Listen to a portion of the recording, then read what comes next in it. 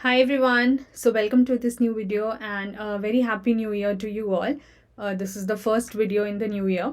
So what I have thought and I have given it in the Telegram channel as well that I will be now continuing with two subjects simultaneously. One Indian polity as we are doing will be continued as per the schedule.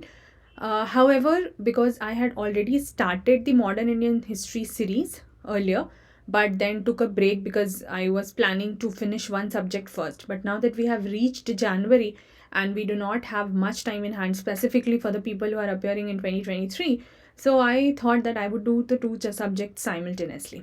Now that we are resuming with the modern Indian history, uh, and it has been a while that we have covered a couple of lectures, as you can see here. So we have already done from lecture number 1 to 23.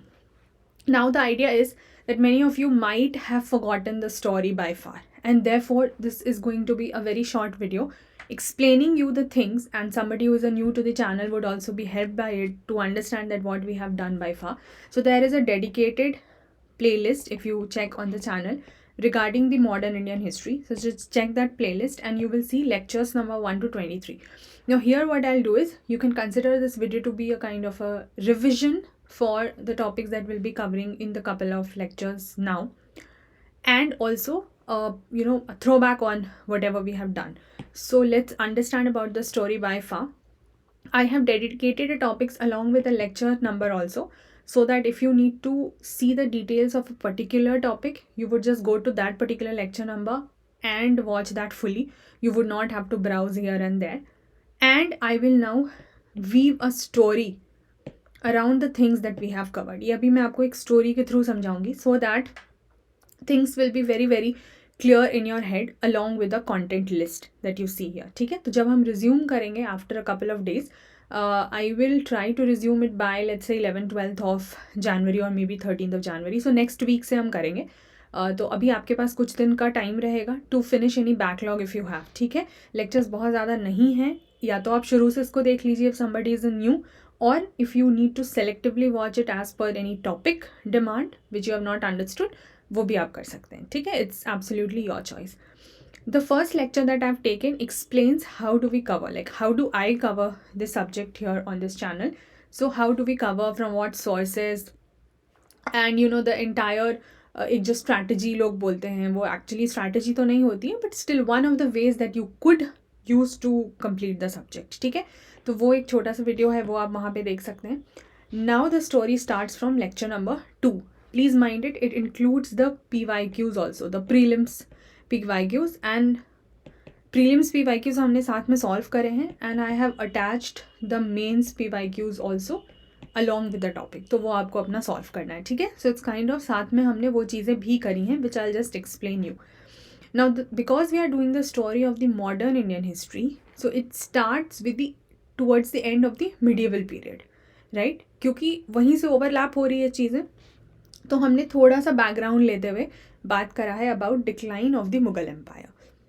जब हमने ये समझा, क्योंकि ये शुरू होता है आपके औरंगज़ेब के टाइम से, और औरंगज़ेब के डेथ विच वॉज इन दी 1707, वहाँ से हम देखते हैं कि डिक्लाइन होना बिल्कुल शुरू हो जाता है मुगल एम्पायर का.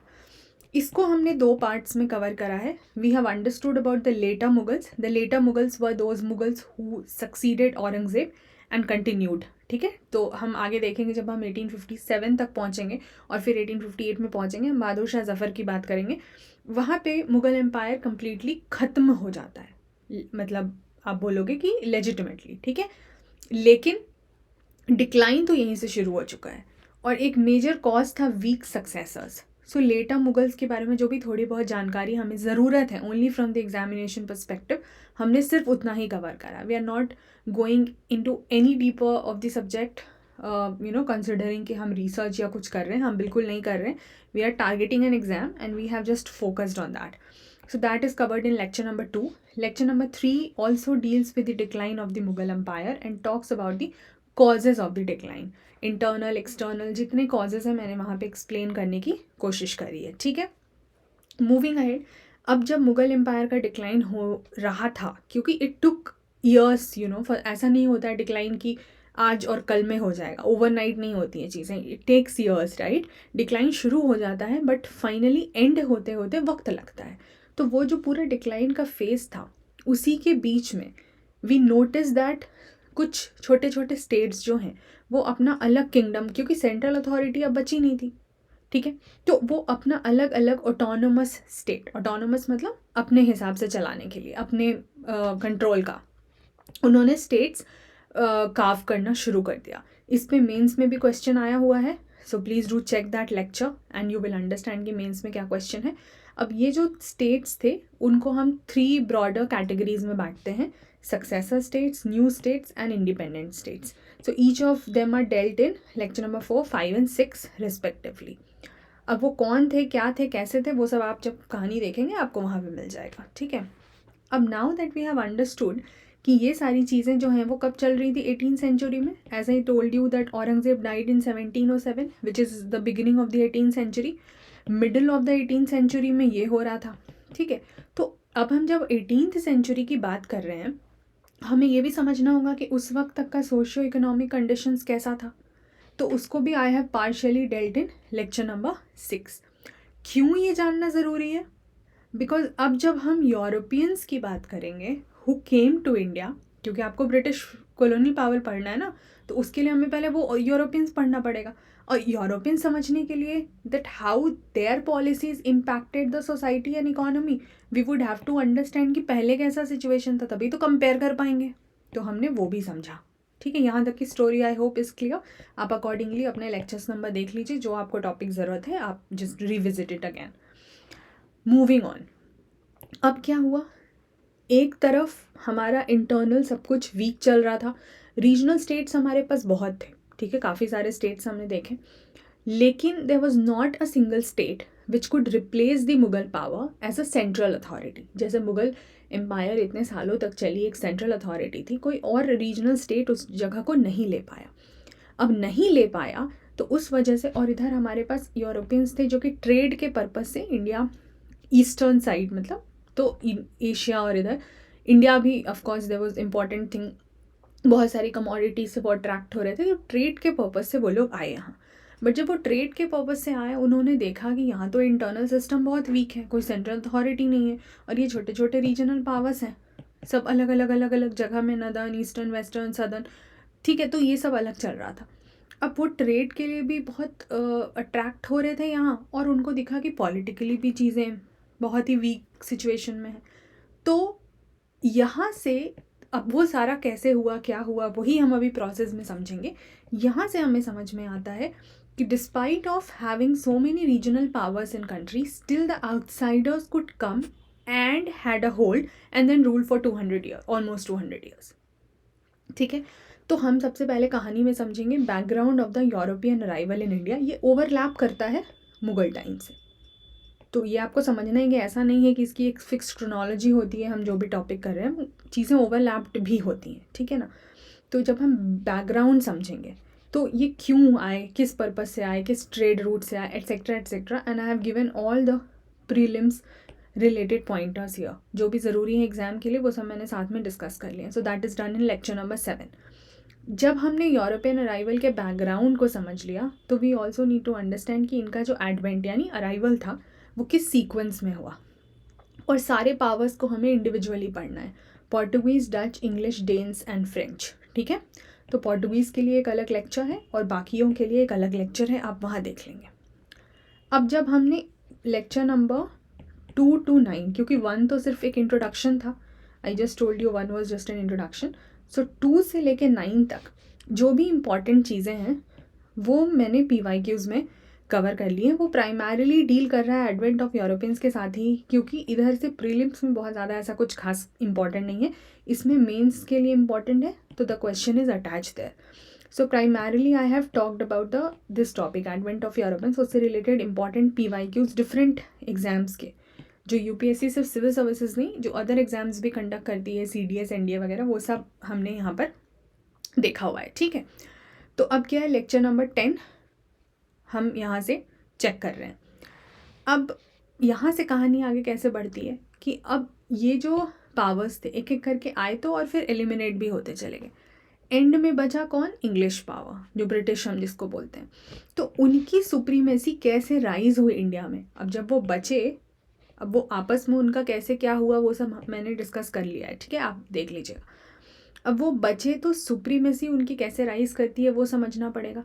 तो सबसे मेजर चैलेंज जो उनके सामने था, उनके इस इम्पॉर्टेंट, देखिए बाकियों को हटाना was not that tough of a task. When you will read that story you will understand. बाकी तो फिर भी धीरे धीरे एलिमिनेट हो गए थे। बहुत बड़ा चैलेंज मिला था फ्रेंच पावर के साथ। तो इंग्लिश और फ्रेंच की जो लड़ाई है उसको बोलते हैं कार्नाटिक वॉर्स।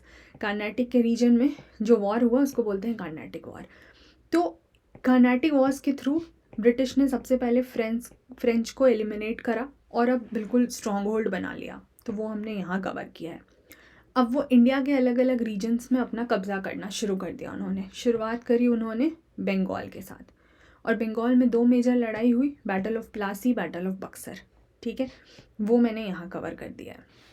अब जब इन्होंने अपनी सुप्रीमेसी बढ़ाने के लिए अदर यूरोपियन पावर को भी हटा दिया और इंटरनली बंगाल पर भी कब्जा कर लिया। तो बंगाल मतलब उस प्रेजेंट डे का बंगाल, बिहार, उड़ीसा, थोड़ा असम का रीजन, ये सारे रीजन थे। तो कितना वास्ट रीजन था ईस्टर्न साइड, आप वो सोच लीजिए, ठीक है। तो वो हो गया। अब उन्होंने क्या करना शुरू करा, अपने पावर को जब बढ़ना उनका पावर शुरू हुआ तो उन्होंने एक्सपेंशन करना शुरू करा और इधर उधर के पावर्स को अपने कब्जे में लाना शुरू किया और फिर खुद को कंसोलिडेट करना शुरू किया कि हर जगह अब हम ही रहेंगे। तो उसमें सबसे पहले जो मैंने आपको लेक्चर 13 में डिस्कस किया है, that is the concept of imperialism and colonialism. क्योंकि जब तक आप you would have come across these terms time and again, but you might not be very clear with the idea of how do we kind of differentiate them, और distinguish हम कैसे कर सकते हैं। तो ये दोनों कॉन्सेप्ट्स हमने समझे। क्या कॉलोनियल आइडियोलॉजी के साथ वो लोग आए, कैसे सब कुछ करा, वो हमने थ्योरेटिकल मतलब थोड़ा है कॉन्सेप्चुअल, वो हमने समझ लिया। उसके बाद बंगाल और इधर ईस्टर्न साइड में तो ये लोग कब्जा कर ही चुके थे, ठीक है। तो फिर ये लोग पहुँचे मैसूर और मराठा। अब अगर आप मैप में समझेंगे, मराठाज इधर, मैसूर इधर, तो मतलब इधर का पूरा, इधर तो कब्जा हो ही चुका है, ठीक है। तो एंग्लो मैसूर वार और मराठा वार अलग अलग लेक्चर्स में कवर हो चुका है। इतने में ब्रिटिश ने अपना कब्जा कर लिया। फिर ये लोग आस पास के रीजन्स में कब्जा करने लगे, इंडियन फ्रंटियर्स की नेबरिंग, जैसे नेपाल, बर्मा मतलब म्यांमार, अफ़गानिस्तान, ठीक है। तो वो भी हमने समझा। अब जब नेबरिंग भी कर लिया, इंटरनल भी काफ़ी कुछ कर लिया, तो बचा थोड़ा सा नदर्न साइड का और थोड़ा सा वेस्टर्न साइड का रीजन, जो कि आपका जैसे पंजाब, सिंध, अवध, तो उसको भी कब्जे में कर लिया।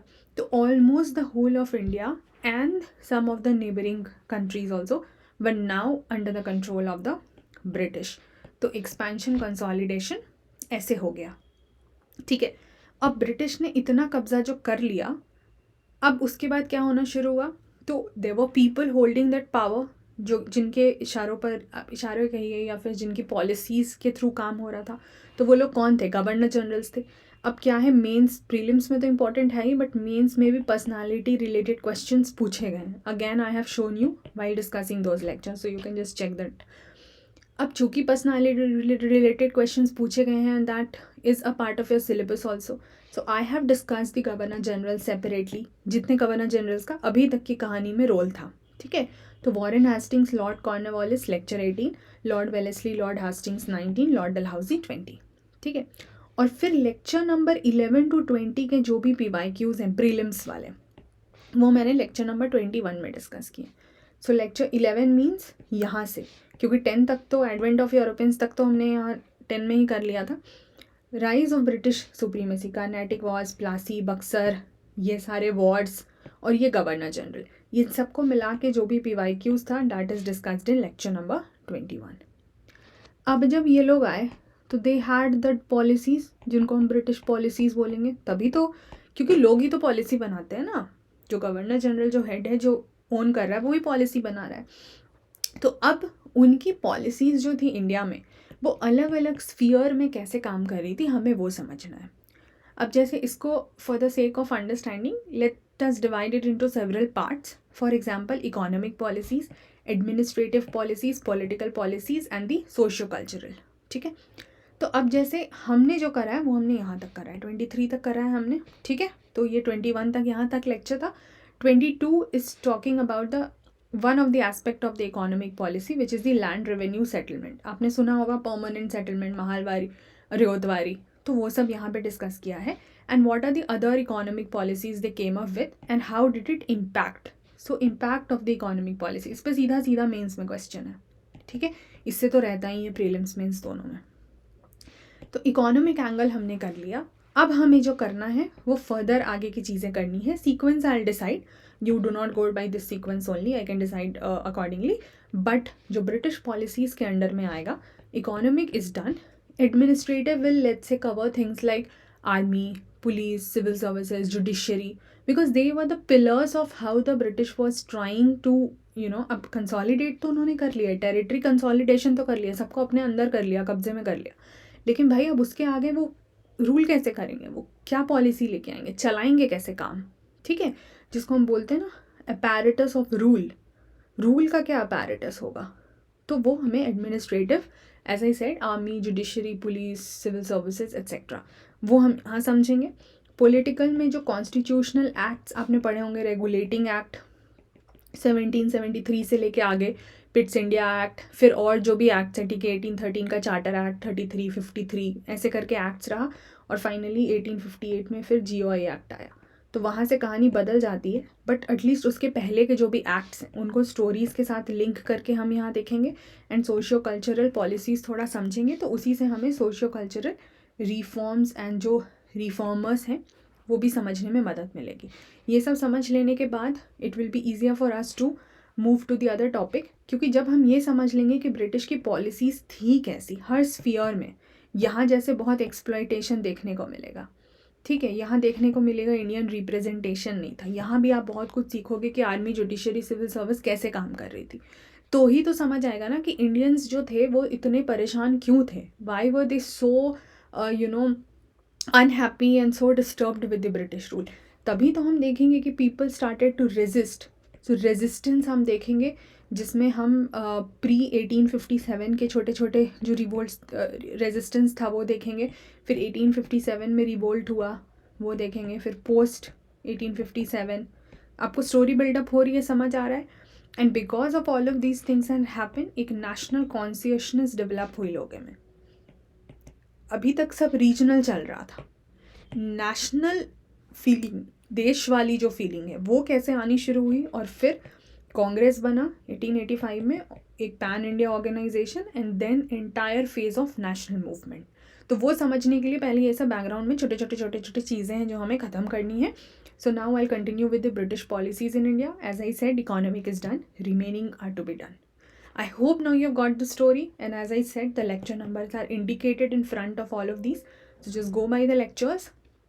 Take your time, try to finish it in couple of days, because I've discussed the PYQs also. So you have everything at one place, mains and prelims दोनों के questions हैं. And when we start, resume, तो आप कोशिश करिए कि आपके पीछे की सारी चीज़ें ख़त्म हो जाए, ठीक है. So I'll see you guys very soon after a couple of days in the next video. Take care till then. Bye bye.